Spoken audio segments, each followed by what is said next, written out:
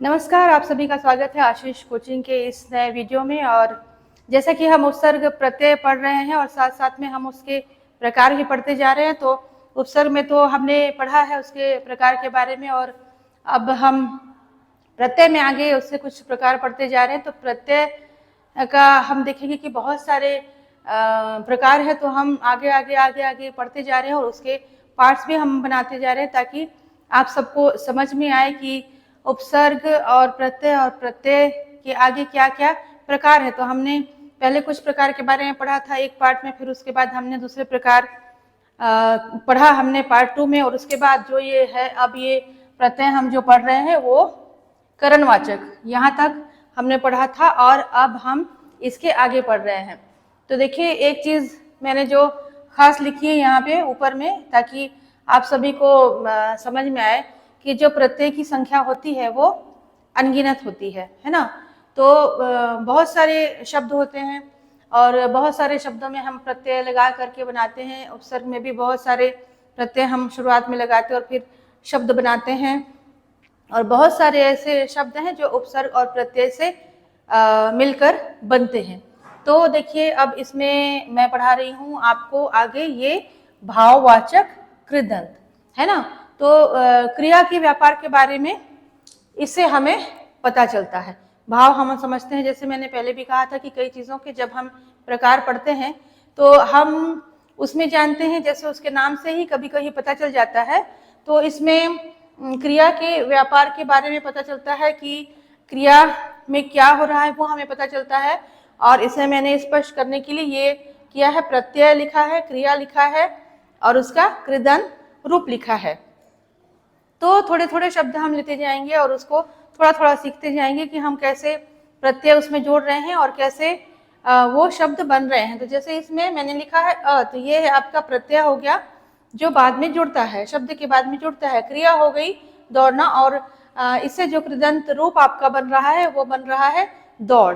तो इसे आप जरूर देखें कि ये जो क्रिया में क्या हो रहा है, किस चीज का हमें पता चल रहा है, दौड़ना, ये आपका क्रिया का पता हमको चल रहा है। उसी तरीके से देखिए आ, तो ये क्या है, आ हमने लगाया और ये हमने क्रिया क्या ली है, गिरना। हम जानते हैं कि जो भी काम हम करते हैं और जिस काम से होने का काम का पता चलता है तो वो हमारी क्रिया होती है। तो ये दौड़ना है, तो दौड़ना में ये हो गया दौड़, और घेरना है, घेरना में ये हो गया घेरा, घेरा जो बनता है वो। अब ये देखिए ये है आप, है ना, आप। तो आप से भी हम जब कई चीजें सुनते हैं शब्द और हमारे आसपास में भी बहुत सारे शब्द मिलते हैं, तो हम देखते हैं कि किस प्रकार से शब्द हमारे आसपास, जैसे मेल मिलाप, हम उस शब्द को लेते हैं। तो वही मैंने एक सामान्य सा शब्द लिया है मिलाप। तो ये आप हो गया, मिलना हो गया, मिलाप हो गया, तो ये शब्द हो गया, ये बन गया। 3 ही यहाँ पे मैंने शब्द लिए हैं, क्योंकि बहुत ज्यादा अगर हम उदाहरण लेते जाएंगे तो अंक जो है वो बहुत ज्यादा बढ़ते जाएंगे। तो मैंने ये थोड़े थोड़े शब्द लिए हैं, और ये है हट, ये भी एक प्रत्यय है, और झल्लाना ये आपका क्रिया हो गया, और इसमें हमने जब हट ये प्रत्यय लगाया तो ये हो गया झल्लाहट। इसी प्रकार से ती, ती होता है बोलना, है ना, तो बोलना में हमने लगाया प्रत्यय ती, तो वो क्या हो गया, बोलती। इसी तरीके से जब हम और शब्दों का यूज कर देंगे तो बहुत सारे हम शब्द बना सकेंगे। तो हम कोशिश करें कि कुछ कुछ शब्द हम, हमारी जो किताब है हम उसी में से लेते जाएं और अपने हम उपसर्ग और प्रत्यय बनाते जाएं और उसे हम सीखते जाएं। अब ये देखिए क्रिया द्योदक, ये कृदंत है, थोड़ा सा बोलने में मुश्किल है, पर ये जो द्य है, द और य को मिल करके ये द्य बनता है। आजकल जैसे हम किसी भी चीज को लिखते हैं, जैसे हम लिखते हैं उद्देश्य, तो ये इस तरीके से हम लिखते हैं, और पहले लिखते थे ऐसे, है ना। तो ये जो है इसका मैंने यहाँ पर उपयोग किया है। तो ये मैंने लिखने का प्रकार आपको बताया कि अब हम इसे ऐसे या ऐसे दोनों तरीके से लिख सकते हैं। तो आप इसे समझ गए होंगे और बोलना भी सीख गए होंगे, क्रिया द्योदक कृदंत, है ना। जब हमें किसी भी शब्द को बोलने में जरा सी कठिनाई होती, जरा बड़ा शब्द होता है, तो हमें उसे तोड़ तोड़ के बोलने की कोशिश करनी चाहिए, चाहे वो इंग्लिश के शब्द हो या हिंदी के शब्द हो, तो आप उसको जरूर अच्छे तरीके से बोल पाएंगे। तो देखिए इससे क्या होता है, क्रिया का बोध तो होता है, परंतु संज्ञा के विशेषण के रूप में उपयोग किया जाता है। इसे संज्ञा के विशेषण के रूप में उपयोग किया जाता है ना। जैसे ता, आ, इस तरीके से बहुत सारे प्रत्यय हैं जो उपयोग में लाए जाते हैं। जैसे ता है और इसमें प्रत्यय हो गया और ये हो गया क्रिया हो गई हंसना, तो हो गया हंसता। इसी तरीके से हमने आ लिया, हो गया रोना और रोया। इसी तरीके से लिया ता और बहना और बहता। तो इस तरीके से हम प्रत्यय, क्रिया और कृदंत रूप ये बना सकते हैं ना। तो इस तरीके से अलग अलग प्रत्यय लेकर के हम बना सकते हैं। अब हम आते हैं थोड़ा सा प्रकार के बारे में तो हमने पढ़ा, अब आते हैं थोड़ा सा अंतर के बारे में। कृदंत और तद्धित, इन दोनों में क्या अंतर है, थोड़ा सा हम इसको समझेंगे और थोड़ा सा जानने की कोशिश करेंगे। ये 3 मूल अंतर जो मैंने लिखे हैं कि जो कृत प्रत्यय होता है ना, तो इसमें क्रिया या धातु के अंत में जो लगाया जाता है वो है आपका कृत प्रत्यय।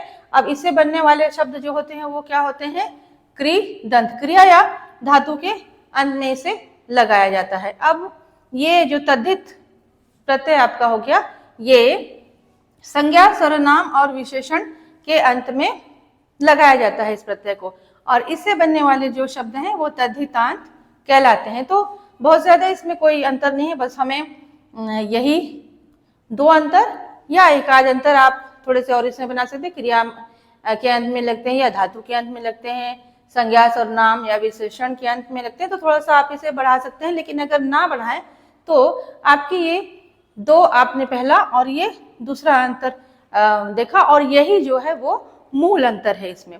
अब हम जानते हैं कि संस्कृत, उर्दू और हिंदी से बहुत सारे प्रत्यय जो आए हैं हमारे इसमें, तो हम उसे को लेकर के शब्द रचना में भी उपयोग करते हैं और शब्द बनाते भी हैं, है ना, और शब्द रचना में वो सहायक होते हैं।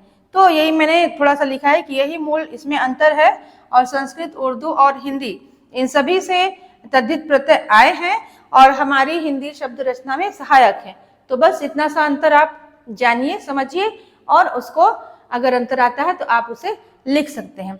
तो अब हम इसके आगे ही बढ़ेंगे और थोड़ा सा और कुछ ही पढ़ेंगे, लेकिन आज मैं सिर्फ आपको बता रही हूँ तद्धित के प्रकार, क्योंकि जरा सा हमें सीखने में, समझने में समय लगेगा, और एक साथ अगर मैं आपको बहुत सारा दे देती हूँ या बहुत सारा बता देती हूँ तो वो थोड़ा सा हमें समझने में और नोट्स रखने में भी थोड़ा सा मुश्किल होगी हमें।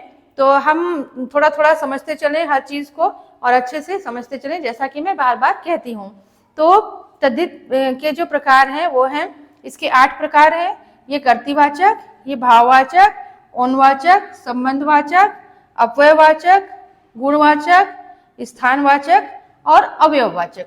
तो इस तरीके से इसके ये 8 प्रकार हैं, और आगे भी हम प्रत्यय में और भी कुछ कुछ जानते जाएंगे। जो इसके प्रकार हैं उसी को हम थोड़ा थोड़ा जानते जाएंगे और समझते चलेंगे।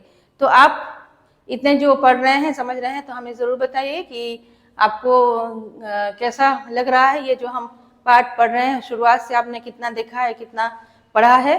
तो आप देखते रहिए, सुनते रहिए और हमें अपनी प्रतिक्रिया बताते रहिए। तो आज बस इतना ही, धन्यवाद।